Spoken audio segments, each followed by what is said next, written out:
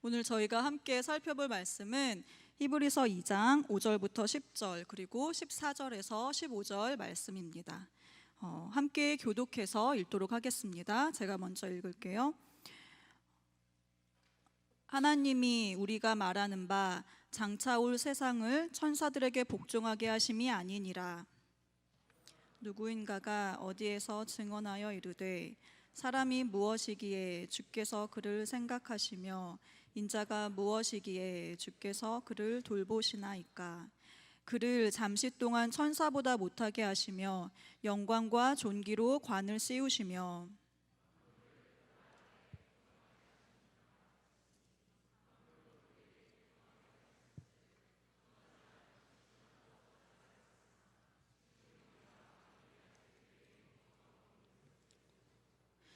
오직 우리가 천사들보다 잠시 동안 못하게 하심을 입은 자 곧 죽음의 고난 받으심으로 말미암아 영광과 존귀로 관을 쓰신 예수를 보니 이를 행하심은 하나님의 은혜로 말미암아 모든 사람을 위하여 죽음을 맛보려 하심이라. 그러므로 만물이 그를 위하고 또한 그로 말미암은 이가 많은 아들들을 이끌어 영광에 들어가게 하시는 일에 그들의 구원의 창시자를 고난을 통하여 온전하게 하심이 합당하도다. 14절입니다.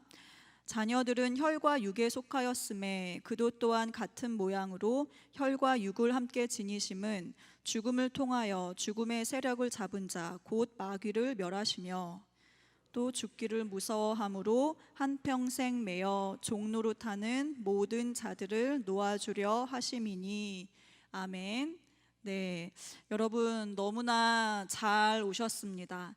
저희가 계속해서 히브리서 말씀으로 하나님께서 저희 공동체에게 그리고 나에게 주시는 그런 말씀들을 계속 배우고 듣고 나누고 있는데 히브리서를 보기 이전에 히브리서가 누구에게 어떤 목적으로 쓰여진 책인가를 아는 것은 굉장히 중요해요. 모든 일이 문맥이라는 게 있고 어떤 그런 컨텍스트가 있기 때문에 그 문맥 속에서 이 책을, 이 텍스트를 알아야 정말 이게 의도하는 바가 이거였구나 라는 걸 알게 되겠죠. 이 히브리서라는 제목은 히브리인들에게 라는 어떤 그런 말에서 나온 제목이에요. 여기서 말하는 히브리인들은 완전 유대인들, 히브리 사람을 의미하는 것이 아니라 유대 그리스도인들에게 라는 의미입니다. 그 당시 초대교회 성도들은 크게 유대 그리스도인들이 있었고 이방 그리스도인들이 있었어요.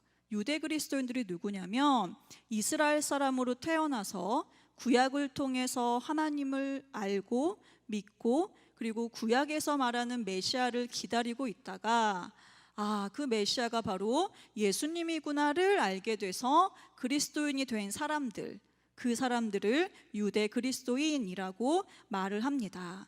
그런데 그 당시 초대교회 당시에는 이 기독교인들에 대한 굉장한 핍박과 환란이 있었어요.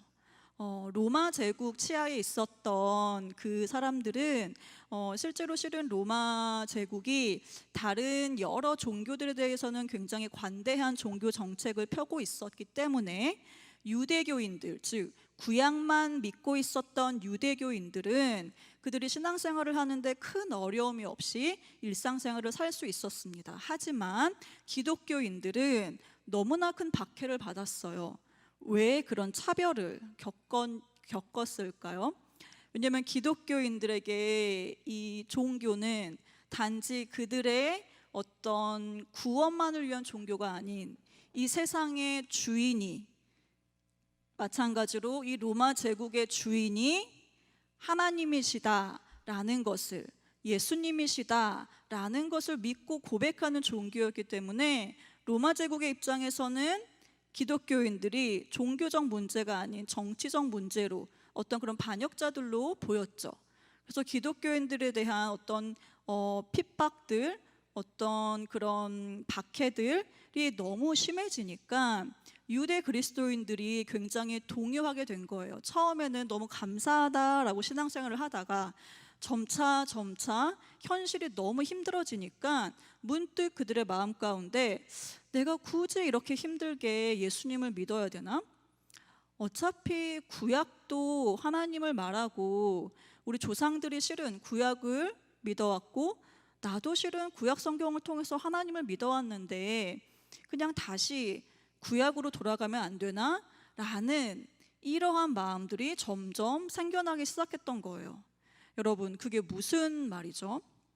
예수님을 믿는 믿음에서 현실의 여러 가지 어려움들이 발생하니까 다시 옛것으로 돌아가고자 하는, 그래서 때로는 유대교로 돌아가는, 즉 예수님을 배교하고 배신하는 그런 심각한 그런 신앙의 위기 가운데 놓인 유대 그리스도인들이 많이 있었다는 거예요.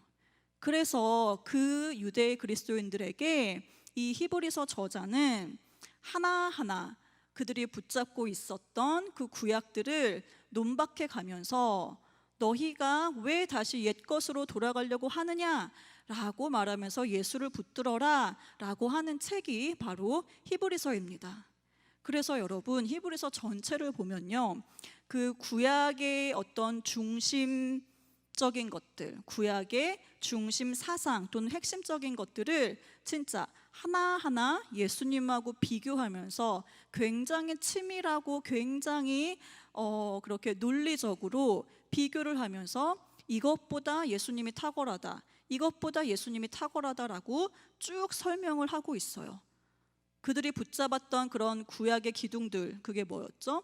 천사들, 오늘 하게 될 테지만, 그리고 모세, 그리고 율법, 제사장, 제사의식들, 제도들, 그리고 옛 언약들, 이 모든 것들을 실은 이 히브리서 저자가 설명을 하면서 이것들은 실은 하나님께서 주신 것들이 맞다. 그리고 이것들을 통해서 너희들이 하나님을 만나고 하나님을 예배했던 것들은 사실이다. 하지만 이 모든 것들은 언제까지만 유효하느냐? 예수님이 오실 때까지만 유효하다. 왜냐하면 지금 얘기했던 그 모든 것들은 실체이신 예수님을 나타내기 위한 하나의 그림자일 뿐이지 진짜인 예수님이 오셨기 때문에 이제 거기에서 손을 놓고 예수님을 너희가 붙들어야 한다라고 말하고 있습니다. 그러니 여러분이 오늘 예습하면서 와, 도대체 이게 무슨 말이냐, 왜 천사가 나오고 구약은 왜 이렇게 많이 나오고, 근데 앞으로도 그럴 거예요, 여러분. 구약 하나하나를 이렇게 비교하면서 하는 거니까 약간 러프하게 얘기하자면은 약간 이제 도장 깨기 같은 그런 식으로, 네, 구약의 인용이 굉장히 많고 구약의 중심 사상들이 많이 나올 거예요, 앞으로도. 그러면 여러분 가운데 전도사님, 나는 유대 그리스도인도 아닌데 굳이 이렇게 복잡한 히브리서를 내가 왜 이렇게 봅니까? 라는 어떤 그런 생각이 들 수도 있겠죠. 네, 열심히 고개를 끄덕이시네요. 근데 여러분, 이 히브리서 말씀은 너무나도 정확하게 우리를 향한 메시지예요. 왜 그럴까요? 아까 얘기했었죠. 이 유대 그리스도인들이 현실과 타협해서, 그러니까 예수님을 붙잡고 그리스도인으로 살려고 하다 보니 너무 힘드니까 그냥 조금 편하게, 그냥 어떤 그런 현실의 조류 가운데 조금 타협하면서 살면 되지 않을까라고 했다가 결국 그들은 예수님을 놓치게 되는 위기까지 나아가게 된 거잖아요. 저희도 마찬가지죠. 제가 우리 청년부 공동체에 이렇게 오래 있으면서 이런 친구들을 봐요. 얼마간 공동체 안에 머무르고 또 얼마간 예배를 드리고 또 얼마간 소그룹 모임을 나오다가 그 발길이 점차 뜸해지다가 어느 순간부터 보이지 않게 된 그러한 친구들을 봅니다. 그리고 또 아직 공동체 안에 있어서 예배를 드리고 또 소그룹을 하고 있지만 정말 그 마음으로는 왜 내가 여기 나올까? 나에게는 너무 신앙의 회복이 필요해 라는 그런 기도의 제목들과 또 그런 갈급함을 또 호소하는 친구들을 많이 봅니다. 어쩌면 우리도 이 시대의 흐름과 또 이 세상의 가치관들과 또 기독교인으로서 살기가 너무 힘들어. 어떻게 이렇게 살아? 이렇게 하면서 타협하면서 현실과 타협하면서 그렇게 살아가고 있는 우리의 모습도 그 오래전 유대 그리스도인들이 처했던 그런 모습들과 정말 정확하게 비슷하다라고 말할 수 있습니다. 그렇다면 심각한 영적 위기와 삶의 위기 가운데 처한 이들에게, 그래서 근본적인 신앙의 회복과 삶의 회복을 얻고자 하는 이들에게 이 히브리서가 촉구하고 있는 그 메시지는 뭐죠? 그 답은 바로 예수 그리스도입니다. 그냥 예수 그리스도가 아니라 너희가 이미 알고 있다고 생각했던 예수 그리스도를 재발견해라. 너희는 어디까지 예수 그리스도를 알고 있고 또 예수님이 어떤 분이시고 무슨 일을 하셨는지를 너희가 더 자세히 들여다보고 발견해야 된다. 예수님만이 우리의 모든 것이니 예수님을 발견하고 그 예수님을 붙들어라 라고 하는 것이 그때의 유대 그리스도인들이나 지금의 우리들에게 히브리서 저자가 동일하게 이야기하고 있는 내용이에요. 그러면 오늘 이제 한번 본문을 살펴보도록 하겠습니다. 오늘 본문에서는요, 여러분, 히브리서 1장 4절부터 2장 전체에 걸쳐서 천사보다 예수님이 탁월하시니다 라고 이야기를 해요. 왜 그러냐면 우리에게 천사는 굉장히 낯설죠. 하지만 그 당시 사람들에게는 천사는요, 여러분, 하나님의 피조물이에요. 하나님이 지으신, 하지만 우리처럼 육체는 없는 영적인 존재예요.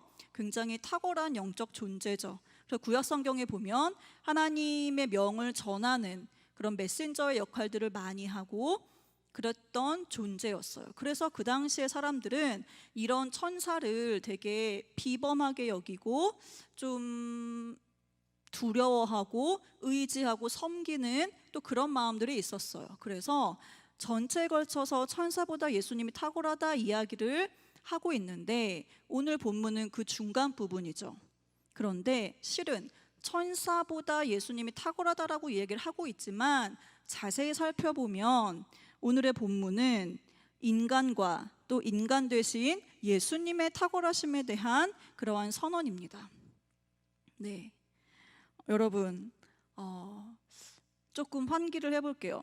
인간이란 무엇이며 가장 인간다운 삶은 무엇인가? 네, 인간의 모든 문명과 철학과 학문과 또 인생의 주제가 바로 이거죠. 인간은 무엇이고 또 가장 인간다운 삶은 무엇이냐? 소름 끼칠 정도로 잔혹하고 비참했던 제2차 세계대전이 끝난 이후에 인간에 대한 깊은 절망과 충격 속에서 1948년 세계 인권 선언이 발표되었습니다. 그 내용이 뭐냐면 인간은 인간이라는 이유 단 하나만으로도 절대로 빼앗길 수 없는 천부적인 인권이 있다. 그리고 어느 누구도 그것을 훼손할 수 없다라는 인간 선언이었어요. 인간다운 삶이 뭐냐라는 것을 그 세계 인권 선언에 담은 거죠. 그리고 우리 모든 인간이 이제는 이러한 인간성 상실이 아닌 이러한 모습으로 이러한 인간다운 삶을 살 수 있는 사회를 만들어야 된다라고 하는 그런 선포이자 소망이었죠. 그러면 여러분, 성경이 말하고 있는 인간은, 성경이 말하는 인간은 누구입니까? 오늘 우리가 함께 읽었던 그 본문 중에서 구약 인용, 그 시편 8편 말씀이거든요. 이 시편 8편이 제가 생각했을 때는 성경이 말하는 너무나 아름다운 인간 선언이에요. 도대체 다윗이 쓴 시인데 이렇게 보는 거예요. 하나님, 도대체 사람이 누구길래, 무엇이길래 이렇게 사람을 하나님이 사랑하세요? 라고 다윗이 질문을 하고 그것에 대한 답을 하는 것이 바로 시편 8편입니다.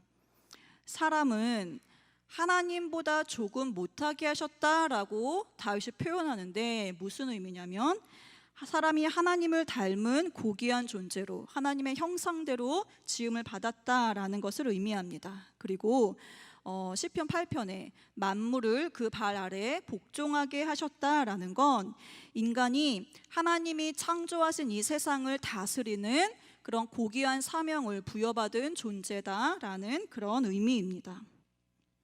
하나님이 사랑으로 창조하신 이 세상을 하나님이 그러신 것처럼 인간은 이 땅에 있는 모든 생명체들을 사랑으로 돌봐야 하는 그러한 너무나 소중한 소명을 받은 존재예요.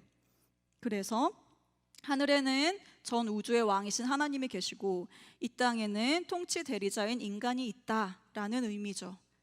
그래서 다윗은 이것을 인간의 통치 대리자로서의 고귀함을 영광과 존귀로 관을 씌웠다라는 식구로 표현을 합니다. 여러분, 이게 무슨 말이에요? 하나님을 닮은 존재인 인간은 하나님과의 관계 속에서, 하나님과의 교제 속에서 하나님이 창조하신 이 땅에 있는 생명들을 사랑으로 돌볼 때, 그때 가장 인간다운 인간이 된다라는 그런 말이죠. 그때 가장 인간다운 인간으로 살아가게 된다라는 말이죠. 그리고 그 가장 인간다운 모습으로 인간이 존재할 때 창조주이신 하나님을 가장 기쁘시게 하고 또 인간인 나조차도 가장 기쁘고 행복한 삶을 살 수 있다라는 그러한 인간 선언입니다. 그런데 여러분, 문제가 발생하죠. 아담의 타락 이후로 이 인간 선언은 더 이상 유효하지 않게 됐어요. 가장 고귀한 존재였던 인간이 가장 비참하고 부패한 존재로 떨어져 버렸죠. 하나님의 형상은 빛을 잃고 훼손이 되어버렸습니다. 그리고 인간은 죄와 악의 노예로, 죽음의 노예로 그렇게 살아가게 됐죠. 자신이 다스려야 할 피조물에게 거꾸로 다스림을 받고 그 피조물을 두려워해서 그 피조물의 노예가 되는 그런 뒤틀린 삶을 이제 살게 된 거예요. 생각해 보세요, 여러분. 죽음에 대한 두려움은 인간으로 하여금 하나님 만드신 자연인 해, 달, 거대한 산, 거대한 바다 이런 것들을 두려워하게 만들고 그 피조물을 섬기게 만들었죠. 또 죽음에 대한 두려움은 인간으로 하여금 돈의 노예로, 뭔가 돈이 있으면 내가 안전할 것 같으니까 돈의 노예로 살게 하고, 또 나보다 더 큰 사람을 두려워해서 그 사람의 노예로 살게 하고, 또 성공하지 못하고 실패하면 나는 죽을 것 같아 라는 마음으로 불안함과 두려움 속에서 성공의 노예로 그렇게 살아가게 되죠. 여러분, 인간은 더 이상 인간이 아니게 돼버렸죠. 뒤틀려 버렸죠. 그러면 어떻게 우리는 다시 인간이 될 수 있을까요? 어떻게 다시 그 비참한 바닥에서 그 고귀한 인간의 모습으로 돌아갈 수 있을까요? 하나님과 인간과 만물의 그 뒤틀린 관계가 어떻게 하면 다시 회복이 될 수 있을까요? 히브리서 기자는 여기에서 이제 히브리서의 탁월함이 나오는 건데, 인간에 대한 선언, 인간론인 시편 8편을 그대로 예수님께로 적용합니다. 무슨 말이냐면 시편 8편의 그 인간에 예수님을 대입해요. 그리고 이렇게 말해요. 몰랐지? 이건 실은 예수님에 대한 얘기이기도 해 라고 하면서 예수님이 어떻게 이 시편 8편의 인간됨을 획득하시고 회복하셨는지를 쭉 설명을 해 나가요. 너무 탁월한 논증이면서도 성경의 진리죠. 지금까지 히브리서 기자는 1장 전체에 걸쳐서 예수님이 하나님의 아들이시기 때문에 피조물인 천사보다 탁월하다라고 쭉 설명을 했어요. 그러다가 갑자기 2장 5절에 와서는 시편 8편을 인용하면서 이렇게 말해요. 예수님이 천사보다 조금 못하게 되셨다라고 말을 해요. 여러분, 논리적인 모순인가요? 왜 갑자기 예수님이 천사보다 못하게 되셨다라고 이야기를 하죠? 왜 이런 일이 일어났습니까? 예수님 자신을 위해서가 아닌 비참한 바닥에 떨어진 인간을 다시 회복시키기 위해서 예수님은 기꺼이 천사보다 못한 존재가 되셨다라고 이야기를 합니다. 무슨 말이죠? 하나님이신 예수님이 이렇게 지극히, 여기 화면을 이렇게 넘어가서 이렇게 지극히 높은 곳에 계시는 하나님이신 예수님이 가장 밑바닥으로 떨어지셨다는 말이에요. 누구처럼? 저희처럼요. 타락한 인간처럼 하나님이신 예수님이 인간의 육체와 영혼을 입으신 인간의 자리로 내려오셨고, 동시에 그보다 더해서 죄와 부패와 죽음의 자리에까지 낮아지셨죠. 이것을 히브리서 저자는 예수님이 잠시 동안 천사보다 못하게 되셨어 라고 말을 합니다. 그리고 예수님께서는 고난을 받으시고 십자가에 죽으셨고, 그리고 죄와 악의 형벌인 죽음을 이기시고 다시 부활하셨죠. 이렇게 그것을 영광과 존귀로 관을 쓰셨다라고 말을 합니다. 이제 시편의 그 다음 구절인 만물을 그 발 아래에 복종하게 하실 일이 남았죠. 그런데 히브리서 저자도 여기서 지목하고 있지만 아직 이 일은 완전히 이루어지진 않았어요. 만물이 그 예수님의 발 앞에 온전히 복종하는 일은 시작은 됐습니다. 이미 시작됐어요. 그 십자가에서. 하지만 아직 완성되지는 않았어요. 우리가 이미와 아직 그 사이를 살고 있죠. 네, 이게 무슨 말이에요? 시편 8편이 인간에 대한 선언이었는데 그 인간은 더 이상 그런 존재가 아닌 게 됐다라고 했을 때, 이렇게 높이 계신 예수님이 인간의 자리에 오셔서 그의 죽으심과 부활하심으로 다시 인간을 그 자리로 회복시키셨다라는 말이죠. 즉 시편 8편이 이제 한 인간이신 예수님 안에서 성취가 되었다라는 그런 말입니다. 시편 8편의 인간 선언이 이제 한 인간이자 완전한 인간인 예수님 안에서 진짜가 됐다라는 그런 말이에요. 예수님이 모든 사람을 위해서 죽음을 맛보시고 많은 아들들을 이끌어 영광에 들어가게 하셨다라는 말입니다. 여러분, 뒤틀렸던 인간이, 죽음의 노예였던 인간이 아닌 존재로 되었던 그 인간이 이제 다시 가장 인간다운 삶을 살 수 있는 그 길이 바로 예수님 안에서 열렸다라는 말입니다. 그런데 더 놀라운 건 단순히 이 타락 전에 아담의 자리까지만 회복이 된 것이 아니라 이 아담의 창조 때의 아담의 자리를 뛰어넘는, 심지어 더 고귀한 존재로 인간이 격상됐다는 거예요. 누구로? 하나님의 자녀로. 그 예수님과 형제라고 불리는 그 하나님의 자녀로 인간이 이제 회복되었다라는 그러한 말입니다. 저는 여기서 예수님이 인간성을 회복하신 방법이 이 14절과 15절에 나오는데 이거를 조금 더 한번 살펴보고 싶어요. 여러분 잘 따라오고 계시죠? 네, 인간이 하나님의 형상을 회복하는 그 일에 죽음을 극복하는 일이 가장 중요한 문제로 나오는데요. 이 표현을 한번 보세요. 여러분 14절에 죽음을 통하여 죽음의 세력을 잡은 자 마귀를 멸한다. 이걸 가만히 한번 계속 곱씹어 보면 이런 거예요. 여기서 말하는 죽음을 통하여라는 말은 예수님의 죽음이죠. 예수님이 죽음을 이기기 위해서, 즉 모든 인간의 죽음을 이기기 위해서 예수님이 택하신 방법은 뭐였다라고 말하는 거죠? 죽음이라는 거예요. 예수님은 자신의 죽음으로 우리 안에 있는 부패와 죽음, 그리고 이 만물 가운데 있는 부패와 죽음을 멸하셨어요. 마치 이런 거예요. 적진 한가운데로 장수가 들어가서 그 적진 한가운데서 모든 적들을 죽이고 승리하는 것처럼 예수님은 죽음의 한가운데로 우리를 위해서 들어가셨다라는 말입니다. 그냥 혼자 들어가신 게 아니라 우리의 모든 죽음을 짊어지시고 우리의 모든 부패를 짊어지시고 죽음 한가운데로, 죄와 저주의 한가운데로 예수님이 직접 들어가셨다는 거예요.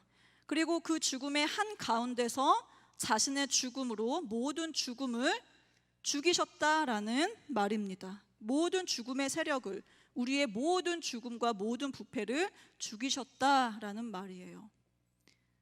18세기의 신학자인 존 오웬은 자신의 저서 제목으로 이 예수님의 장엄한 죽음을 표현합니다. 그 책 제목이 뭐냐면 영어입니다. 여러분, The Death of Death in the Death of Christ. death가 3번이나 나오죠. 이게 무슨 말이에요? The Death of Death.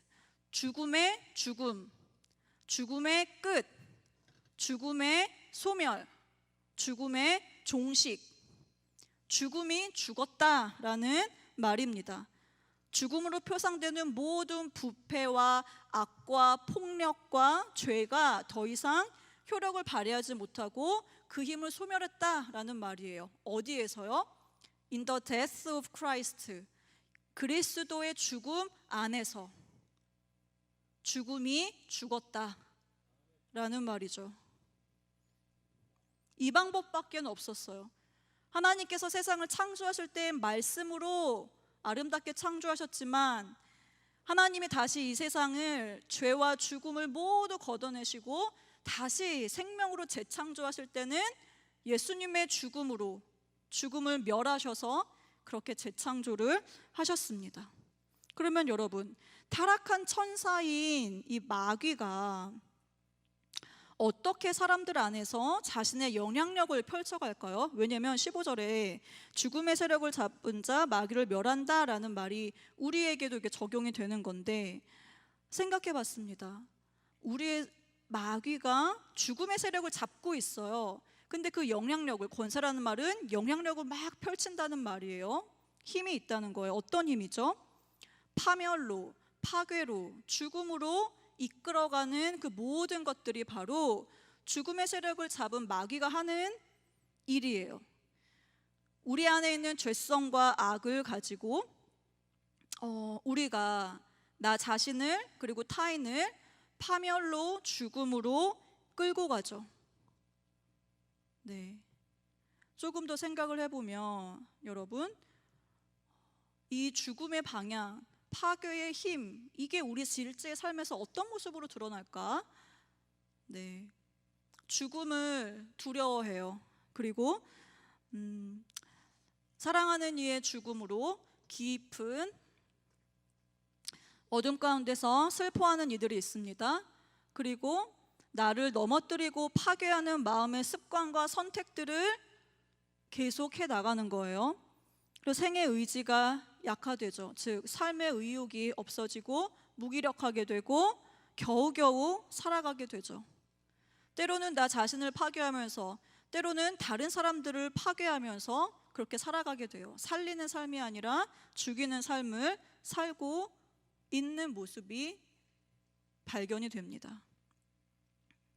네, 여러분, 이제 우리가 자신의 죽음으로 이 모든 죽음의 힘들을 멸하신 예수님을 바라보기를 원합니다. 이제 우리에게 생명이 흘러 들어왔습니다. 그 죽음의 힘, 파멸과 파괴의 힘을 예수님이 끊으셨습니다. 죽음의 세력을 잡은 자 마귀를 멸하셨죠. 그리고 예수님은 다시 오실 때 마귀는, 그 죽음은 영원히 그 힘을 상실할 것입니다. 그렇기 때문에 예수님은 살리는 분이라는 구원의 창시자라고 할 수 있습니다. 예수님 안에서 우리는 죽음이 아닌 생명으로 나아갑니다. 나를 살리고 다른 사람을 살리는 그 힘을 예수님 안에서 우리는 받게 됩니다. 생명력 있는 삶을 살게 됩니다. 다시 하나님의 형상이 되고 그리고 사랑으로 이 세상의 생명체들을 돌보게 되죠. 네, 이제 설교를 마무리하도록 하겠습니다. 여러분, 예수님을 믿지만 여전히 예수님의 어떠함이 아닌 나의 어떠함으로 하나님 앞에 나아가려고 하는 그 모든 시도들은 예수님 앞에 내려놔 줘야 합니다. 내가 조금 잘 살면 하나님이 날 좀 더 사랑하시는 것 같아서 하나님께 더 잘 나아가고, 근데 내가 조금 못 살면 하나님은 나를 사랑하시지 않을 거야 라고 흔들리는, 주일에 예배드릴 때는 너무 좋은데 월요일이 되면 다시 무기력하게 되는 이러한 모든 삶들, 나의 어떠함이 아닌 예수님을 바라보고 죽음을 이기신, 죽음으로 그 죽음의 종로를 타는 우리 모두를 자유케 하신 그 예수님을 붙잡고 예수님을 묵상하는 우리가 되기를 바랍니다. 우리 함께 찬양하고 기도하도록 하겠습니다. 네, 1절 한 번만 부르도록 하겠습니다. 이 세상 가장 아름다운 순종의 눈물, 온 세상 다시 빛나게 한 생명의 눈물,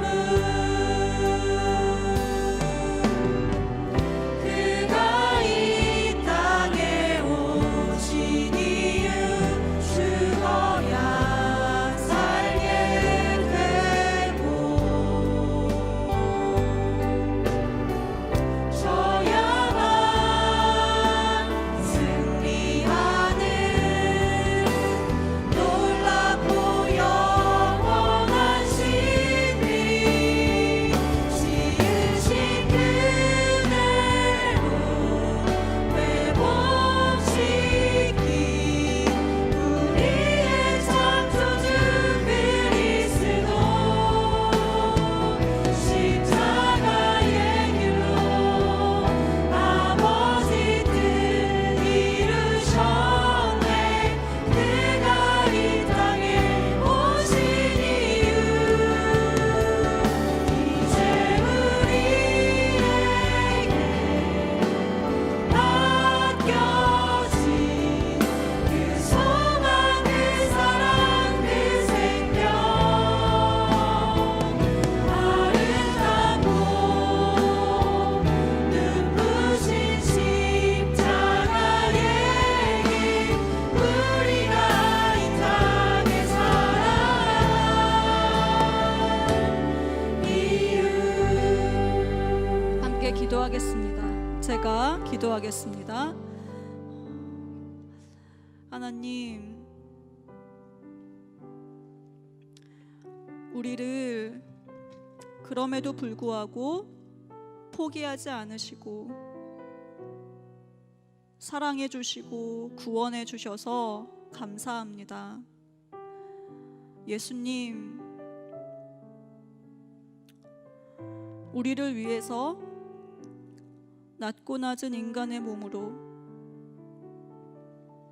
그 죽음의 자리로 우리의 모든 죽음을 짊어지시고 그 죽음 한가운데서 당신의 죽으심으로 우리를 살려주셔서 감사합니다. 하나님, 이 사실이 우리에게 선명하게 믿어지기를 원합니다. 예수님이 나를 위해서 그렇게 죽으셨고 다시 넘치는 생명으로 살아나셨음을, 그래서 내가 그 예수님 안에 있음을 주님, 우리가 선명하게 믿고 보기를 원합니다. 현재 우리의 삶 가운데서 우리를 죽음의 방향으로 끌고 가는 그 모든 힘들을 주여 끊어 주시옵시고, 오직 우리가 예수님 안에 있음을, 오직 우리가 예수님 안에 있음을, 늘 예수님을 바라보는 우리가 되게 하여 주시옵소서. 예수님 감사하고 사랑합니다. 예수님 이름으로 기도드립니다. 아멘. 예수님이 가르쳐 주신 기도로 예배를 마치도록 하겠습니다. 하늘에 계신 우리 아버지여, 이름이 거룩히 여김을 받으시오며 나라의 임하옵시며 뜻이 하늘에서 이룬 것 같이 땅에서도 이루어지다. 오늘날 우리에게 일용할 양식을 주옵시고 우리가 우리에게 죄 지은 자를 사하여 준 것 같이 우리 죄를 사하여 주옵시고 우리를 시험에 들게 하지 마옵시고 다만 악에서 구하옵소서. 대개의 나라와 권세와 영광이 아버지께 영원히 있사옵나이다. 아멘.